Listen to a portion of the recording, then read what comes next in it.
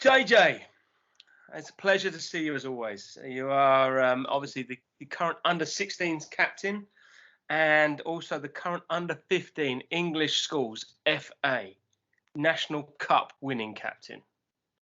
How does that feel? Yeah, feels good. Waited a long time for it. What was it? 4 years, and then obviously it got delayed. But you saw it coming. You could feel it within the changing rooms in and around the school. Everyone was just confident, and it showed really.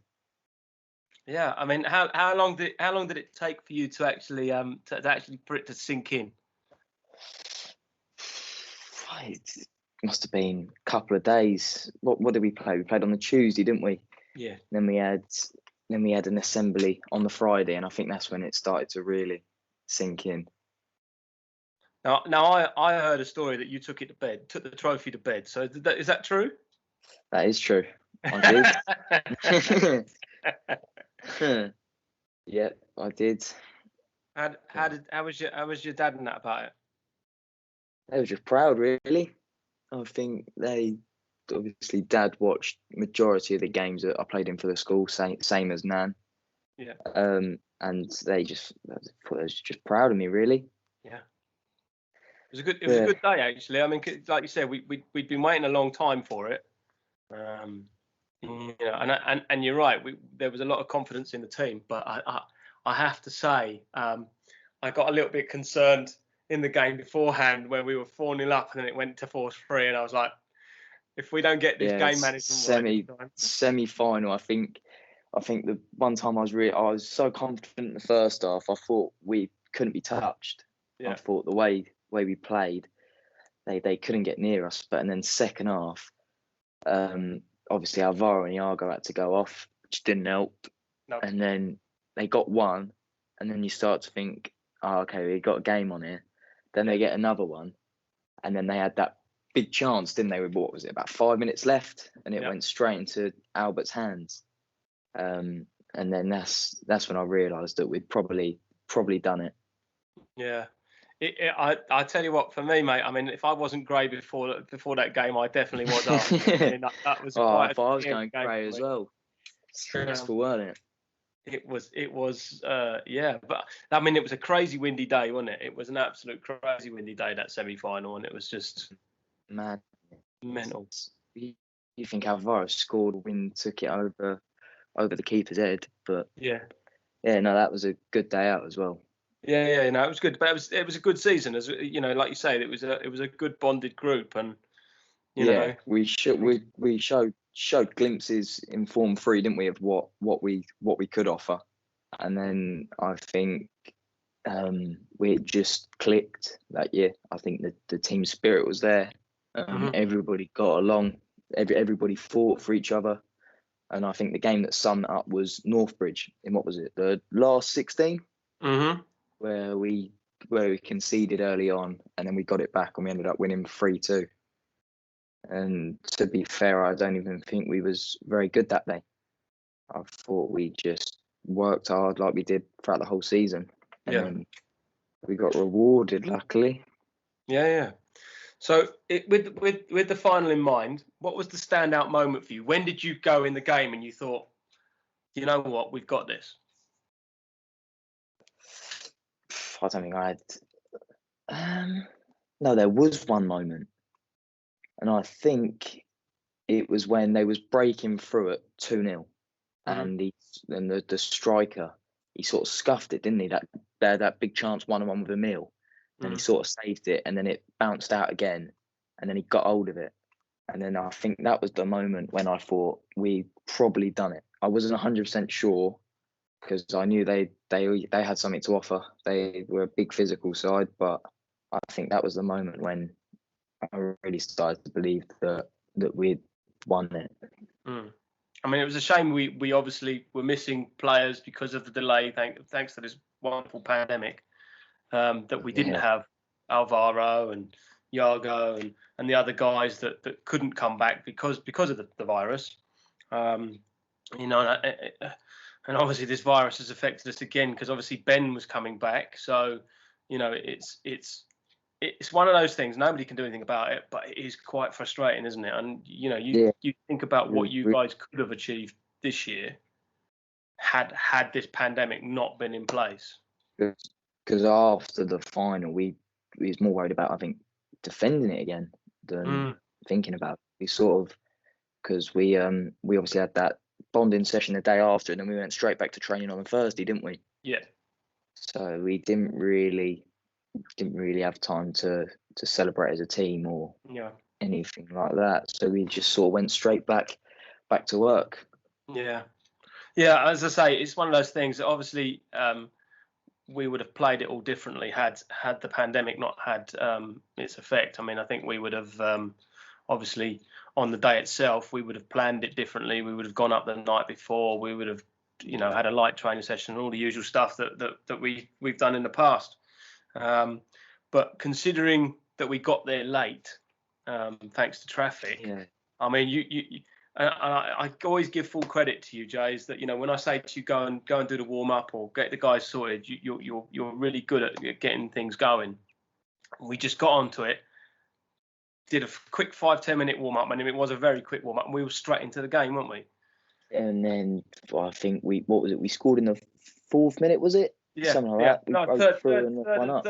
Third minute, something like that. Yeah. No, I think that was good. And that's down to the boys as well, because the boys were obviously they wanted it just as badly as everybody else, didn't they? And I think that's credit to them as well. As I say, you're a great, for me, you're a great example of a captain. I never have any real problems with you. We always discuss the game prior and after the match. Although I go in with a plan, between us we tend to tinker with it, and so I think that's really good. What do you think makes a good captain? I think they need to get along with the boys. I think they need to lead by example in training, and then not lose the social aspect of it all. So they need to obviously have fun. Obviously you need a joke every now and again. And then I think when it's time to work, I think you need to prove that it's like down to business, and you need to get players going, and also when they're not playing very well, you need to encourage them. Yeah, because everybody has bad days, but it's just about keeping everybody together. Yeah, no, I totally agree. So, I mean, you've been at the academy since Form 1, Form 2, Form 1. Yeah, you've been there since the start of your secondary education. Because you were there. I came in. I think I joined full time the year after. I think it was Form 2. You come in full time. Yep. So, in your time, what's been the most standout moment for you? I mean, what? It doesn't have to have been the final. I mean, it can be, obviously, but no, obviously the final was obviously the best day of my school life, without a shadow of a doubt. But taking that away, I think the standout moment, I don't know.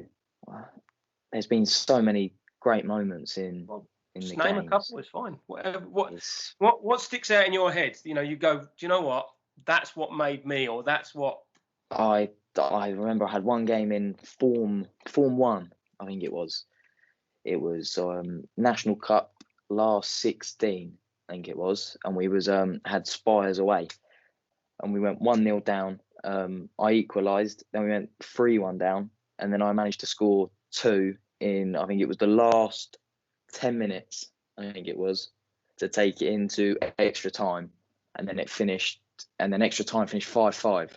So it was a ridiculous game. The conditions were awful, and then we won on penalties. And then another one was, you'll remember it, where was we? We was away in, I think it might have been Crawley. Right. Form 4. I can't think of the school's name now. I know. Was that the one with a really muddy pitch? Yes, the one that should have been called off. Horrible muddy pitch. Should never have played. Yeah. Right, I remember that game, yeah. And we got battered. You'd agree as well. We didn't have who was missing. We had Alvaro missing. He was ill. We had no Andrew. Not that he makes a difference anyway, but he's just there for support. And yeah, so anyway, I think we had a couple injured, and we managed to come away with a 2-1 win. And I thought that was the turning point in our season, because we went a couple of games where we lost. We lost to Whitgift and Beeds, and then we went there, didn't we? And we turned them over, luckily 2-1. And I think that was the turning point. I think that's what gave us the belief in games where it wasn't going very well. We're up against it, but we had the character to come through and win. And I think that was the major turning point in my year group. I mean, the Whitgift game, if I remember correctly, that was the one you were injured at. I was injured. I didn't play. And Andrew had to take the reins, and my God, I wish they'd all listened to me that day. I heard it weren't very good. Listen, when they paid attention in the second half, the first half was just unbelievably ridiculous. I mean, it was like we were all chasing our tails and no one was going anywhere, and Whitgift were just pounding balls at us, and we had nothing. And I'd said to the guys before we were, when we were preparing, I said, look, get at them, put the pressure on them, don't let them think with the ball, and we'll just get at them.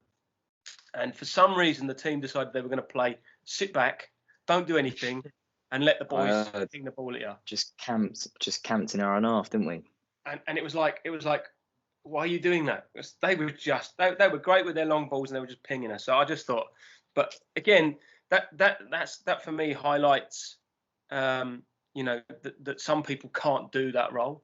Some people can't be captains not because they're not good leaders. They are, but maybe in a footballing sense, they don't have those skills. You need to have a different type of leadership, which obviously Andrew's a big character. Yeah. But I don't think he's a footballing leader.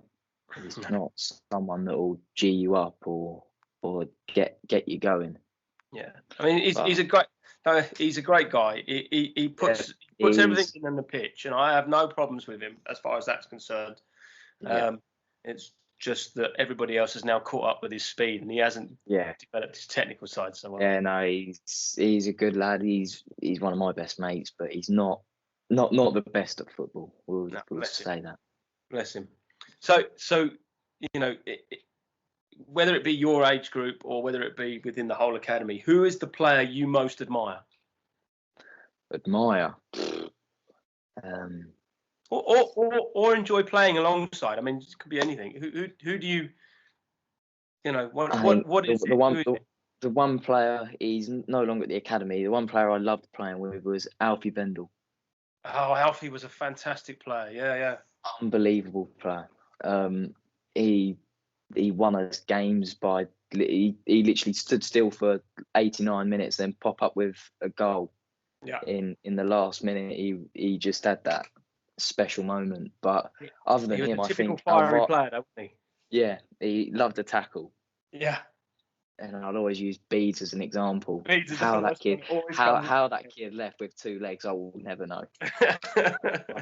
I think other than Bendel, I think Alvaro, Iago, Koki, and Albert.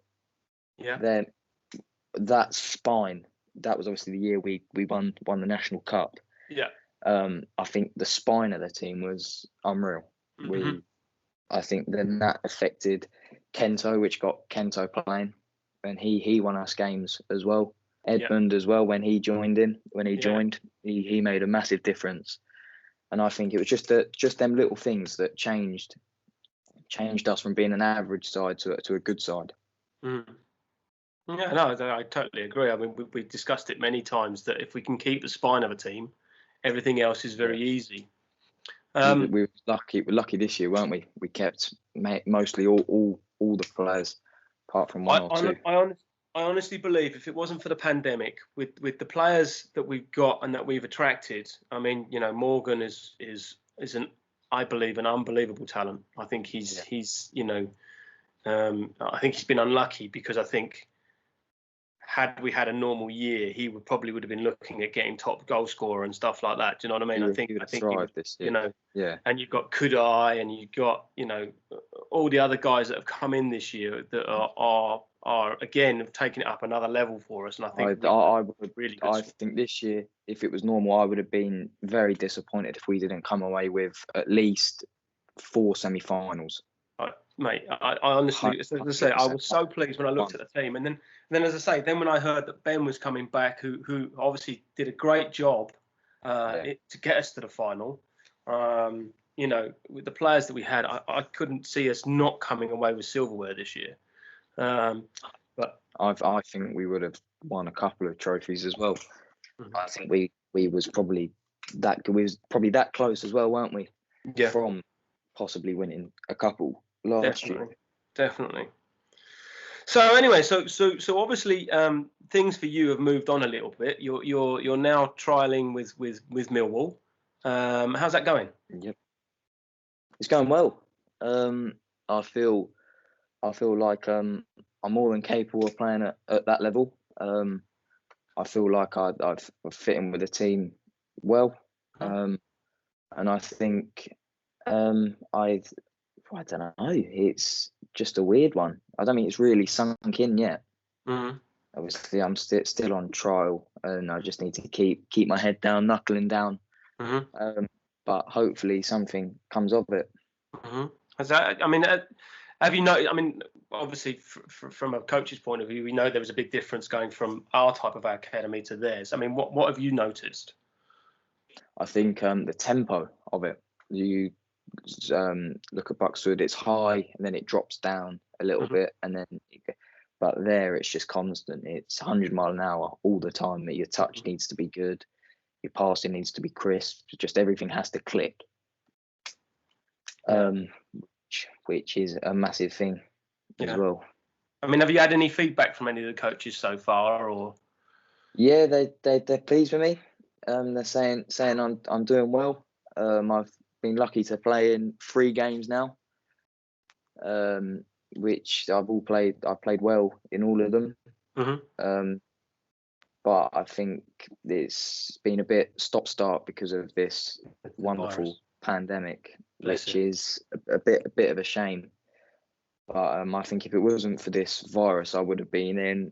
I went in November. I probably would have gone in a couple of months before that if it wasn't for the lockdown. Yeah. Which was a shame because it's obviously I had a 4-week break and then I went straight back in. Yeah. Which was a shame, but it's just one of them things, isn't it? It's the world we live in. It is the way it is. I mean, I know Trevor, obviously prior to lockdown again, had been talking to people like Crystal Palace and what have you to try and get you and a couple of others. Obviously, Emil's another one of the guys that we hold, quite high. Very special talent, Emil. He's an unbelievable goalkeeper, really, for his age. As I say, I think we've been very blessed in the last year or two to actually get to be able to attract these types of players. So going on from that, I think, what would you say to anyone who might be interested in coming to the UK or even from the UK to join the football academy, and why should they? I think they should. I think you learn everything. So you learn different parts of the game. So you learn how to defend, how to break through lines. You learn the physical side of it, of football, especially in training as well, because it's a very competitive environment, even in the training, because everybody's fighting for their spot. The teams, you don't know who's going to start and who's not, because you get people, obviously sometimes they can't train because of schooling reasons, and then it just gives other people that extra yards. So I think it's not what you do in training, it's what you do out of it as well to keep yourself fit, whether that's going to the gym or staying out after training with a bag of footballs and passing it against the fence for half an hour. It's whatever you feel like you need to work on. But I think it's a once in a lifetime opportunity, and you'd be a bit silly if you don't take it. Yeah, I totally agree. And what are your hopes for the future, my friend? Well, hopefully, I I get offered a scholarship at Mill, so that means I go up there every day and play and do my schooling up there, and then just see where it takes me, really. I mean, if as you know, I always say to you guys, you know, you've got to have a backup plan, because even if you become a football player, at the end of your footballing career, you can only, you know, there's only so many places you can go if you don't have a backup plan. So let's think worst case scenario, you don't get a footballing career. What would you like to do? I think something to do with sport related, whether that's working in a football academy like this, coaching. But I think I really want to stay in the sports side of it, whether that's coaching or taking training, anything. I just really want to stay in love, stay in with the sports side, really. No, it's good. As I say, it's always good to have a backup plan. You know, and like I say, even if you do succeed, you've got to have something to go to when you finish. So, you know, I think that's really good. Is there anything else you want to add, Jay? Not really. I just think if you are interested in joining the academy, I think do it. You'll not only become a better player, but a better person as well. You'll learn obviously different cultures, and the school itself is good as well. The education, it's first class. So I think do it, because the academy's going places, and you can really feel it in the training. Just by numbers, you get more and more players every day, which is good. Thanks, Jay.